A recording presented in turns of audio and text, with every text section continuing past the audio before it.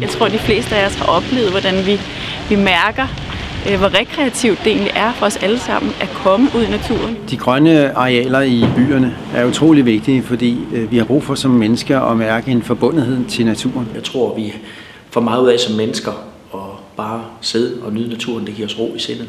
Fordi naturen er rigtig god, både for børn og ældre. I forhold til natur inde i byerne og mere grønt inde i byerne, der synes jeg, det er vigtigt, at vi giver kommunerne mulighed for at stå for planlægning i højere grad, end vi gør i dag. Radikale Venstre ønsker, at byer planlægger, eller kommuner planlægger for natur, at man planlægger for blandede byer, sådan så man har blandede boligkvarterer, men også masser af mulighed for, at der er rum for fællesskaber i byrummet. Jeg mener, det er vigtigt, det folk selv synes, der er vigtigt.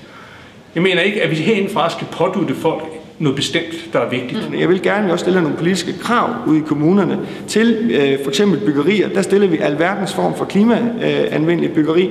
Det kunne også være interessant, hvis vi prøvede at stille nogle krav til, hvordan får vi mere grønt byggeri. Man skal ikke lave, for min skyld skal man ikke lave politik på alle områder og kloge sig på, hvad der er et godt liv og sådan noget, hvis du forstår.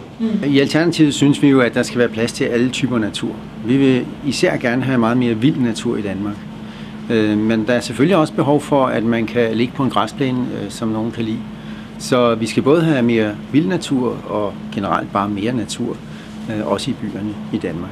Så kan vi få meget mere natur ind i byen, så vil vi også være med til at sikre, at alle mennesker har noget natur tæt på sig.